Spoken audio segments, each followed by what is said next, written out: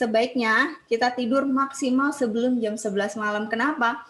Karena pada saat jam 11 sampai jam 1 dini hari itu, liver kita sedang berfungsi, sedang bekerja keras pada saat jam 11 sampai jam 1. Karena itu, dia perlu agar kita itu tidur. Jadi tidur itu penting banget ya. Please mulai sekarang tidur jam 11 malam. Sayangi liver kita agar dia bisa bekerja dengan proses pencernaan yang lebih baik di jam itu. Halo semuanya, selamat datang kembali bersama saya, Apoteker Rina di Tukang Obat Bersahaja. Sekarang kita lanjutin lagi yuk kolesterol part yang kedua. Kalau kamu belum nonton part yang pertama, klik link di sini ya. Yuk kita mulai videonya. Kalau tadi dari segi makanan kita sudah tahu bahwa kita harus makan makanan yang sesuai dengan kebutuhan kita. Jangan sampai, wah ini ada kerupuk rengginang enak banget nih, kita ngabisin satu toples. Atau misalnya, wah sebentar lagi mau puasa nih, kita pagi direm, begitu malam, wah dilepas ikat pinggangnya sesukanya.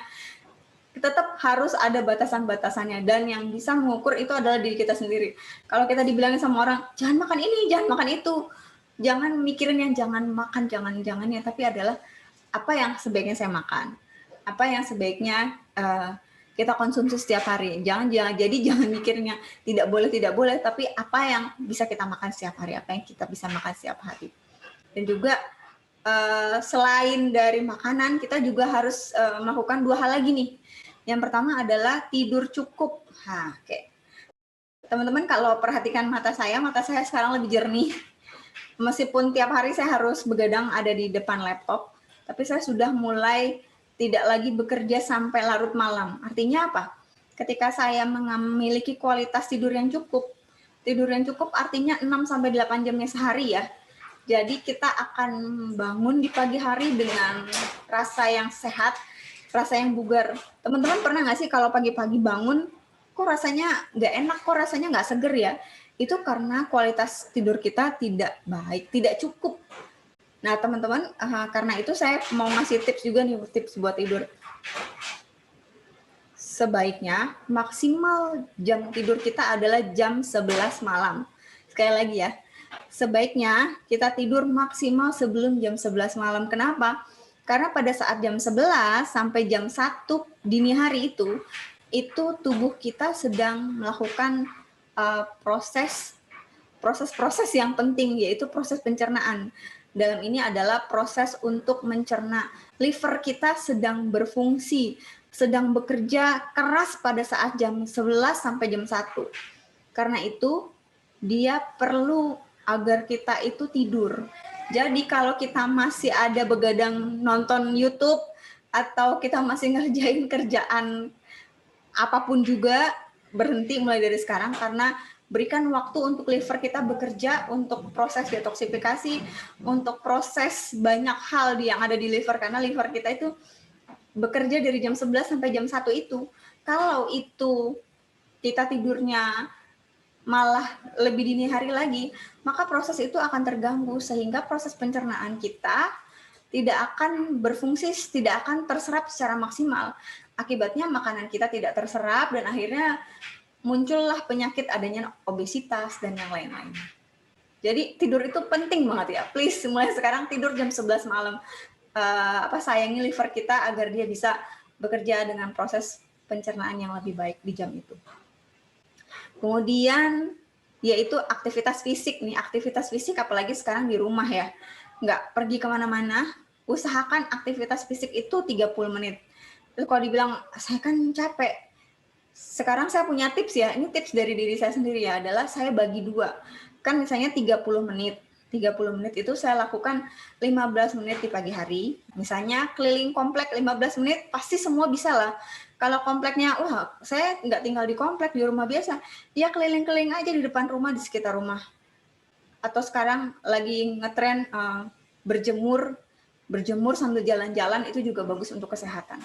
15 menit aja dulu. Kemudian nanti boleh ditambah lagi jadi 30 menit. Lakukan perlahan.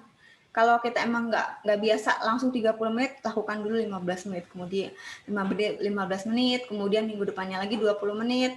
Dan selanjutnya sampai 30 menit. Jadi kan itu aktivitas rutin kita. Saran saya jangan terlalu siang, kalau siang soalnya panas banget.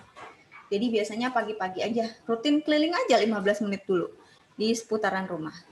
Jadi itu ternyata ampuh banget untuk mencegah kolesterol. Kenapa? Seperti yang dikatakan tadi ya, kolesterol itu gunanya untuk menyimpan energi.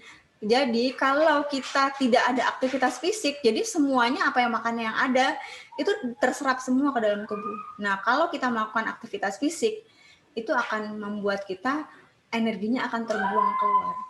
Terus aktivitas fisik apa? Ya setiap orang beda-beda ya.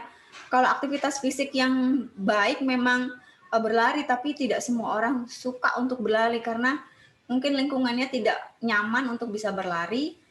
Yang paling mudah, yang paling murah, carilah olahraga yang nyaman buat diri kita sendiri. Terus kalau ditanyain, ada nggak sih suplemen yang bisa bantuin?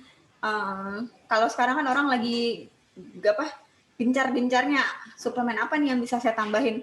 Nah, teman-teman bisa nambahin adanya vitamin B3. B3 itu atau bahasa umumnya disebut niacin. Nah, di dalam niacin itu ada fungsinya, yaitu untuk meningkatkan kadar HDL yang rendah. Jadi kalau HDL kita tadi rendah, maka kita dengan menambahkan vitamin B3, ulang lagi, vitamin B3 yaitu niacin itu dapat meningkatkan HDL yang rendah tadi menjadi lebih tinggi. Kemudian untuk proses pencernaan bisa juga ditambah dengan enzim-enzim di dalam tubuh kita. Enzim dalam tubuh kita seperti amilase, lipase, bromelin itu sangat bagus banget untuk bisa membantu kita sehingga proses pencernaan kita berfungsi dengan baik, kemudian makanan itu bisa terserap dengan maksimal. Dan juga seperti yang tadi ya, protease, bromelin, lipase itu dapat memecah protein. Jadi kalau kita tadi makan yang enak dengan ditambahkan enzim-enzim pencernaan, kita akan lebih mudah untuk memecah protein-protein itu sehingga bisa diserap sama tubuh. Jadi tidak ada lagi penumpukan di dalam tubuh. Yang terakhir adalah dengan bisa juga kita menambahkan adanya serat pangan. Nah, cukupilah kebutuhan serat tiap hari dengan cara apa tadi? Makan makanan yang sehat, terus juga konsumsi buah dan sayur dengan porsi yang berimbang. Oke, teman-teman, demikian ya sharing dari saya tentang kolesterol. Semoga semakin banyak bisa menjadi pengetahuan buat teman-teman semua. Kalau teman-teman punya cerita tentang pengalaman kolesterol, boleh sharing di kolom komentar. Kalau ada pertanyaan yang berhubungan dengan kolesterol, silakan nanti saya akan bantu untuk jawab. Oke, teman-teman, demikian sharing dari saya mengenai kolesterol. Semoga kita hidup dengan lebih sehat lagi, tetap jaga kesehatan tubuh kita, tetap perhatikan makan kita, dan yang pasti kita harus stay healthy. Oke, demikian dari saya. Sampai jumpa lagi di video selanjutnya. Bye!